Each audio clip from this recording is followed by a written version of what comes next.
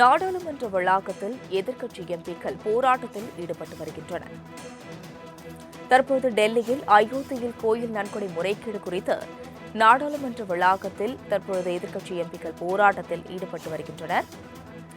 இது குறித்த கூடுதல் விவரங்களுடன் செய்தியாளர் ராஜேஷ் இணைப்பில் உள்ளார். ராஜேஷ், வணக்கம். தற்பொழுது நாடாளுமன்ற வளாகத்தில் எதிர்க்கட்சியினர் போராட்டத்தில் ஈடுபட்டு வருகின்றனர். கூடுதல் விவரங்கள். அஸ்வினி, வணக்கம். நாடாளுமன்றத்தின் வளாகத்தின் வெளியே எம்பிக்கள், அதாவது எதிர்க்கட்சியை சேர்ந்த எம்பிக்கள் தொடர்ச்சியாக போராட்டத்தில் ஈடுபட்டு வருகிறார்கள். குறிப்பாக 3வது நாளாக இந்த போராட்டத்தை அவர்கள் முன்னெடுத்திருக்கிறார்கள்.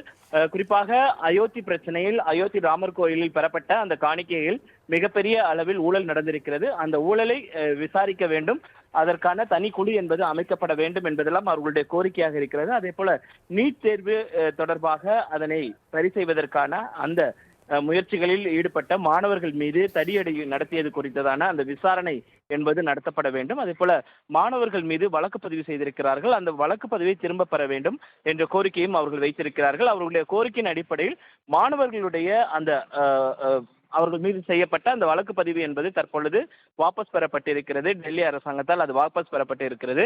அதே நேரத்தில் இந்த அயோத்தி விவகாரமாக இருக்கட்டும், நீட் தேர்வாக இருக்கட்டும் உள்ளிட்ட பல்வேறு பிரச்சனைகள் குறித்து தற்பொழுது எதிர்க்கட்சி எம்பிக்கள் நாடாளுமன்ற வளாகத்தில் தங்களுடைய போராட்டத்தை முன்னெடுத்திருக்கிறார்கள். 3வது நாளாக இந்த போராட்டத்தை அவர்கள் முன்னெடுத்திருக்கிறார்கள். அவர்கள் மத்திய அரசுக்கு எதிராகவும், உள்துறை அமைச்சர் அமித்ஷா மற்றும் மோடிக்கு எதிராகவும் அவர்கள் கண்டன கோஷங்களை எழுப்பி வரக்கூடிய அந்த காட்சிகளை நம்மால் பார்க்க முடிகிறது. குறிப்பாக அயோத்தி பிரச்சனையில் முறையான நடவடிக்கை, அதே போல அந்த பிரச்சனை குறித்து பிரதமர் மோடி பேச வேண்டும் என்பது எதிர்க்கட்சிகளுடைய அந்த கோரிக்கையாக இருக்கிறது. குறிப்பாக பிரியங்கா காந்தி உள்ளிட்டவர்கள் எல்லாம் இந்த போராட்டத்தில் ஈடுபட்டிருக்கிறார்கள். எதிர்க்கட்சிகள் ஒற்றுமையாக இந்த போராட்டத்தை முன்னெடுக்கக்கூடிய அந்த காட்சிகளை நம்மால் பார்க்க முடிகிறது. அஸ்வினி, விவரங்களுக்கு நன்றி ராஜேஷ்.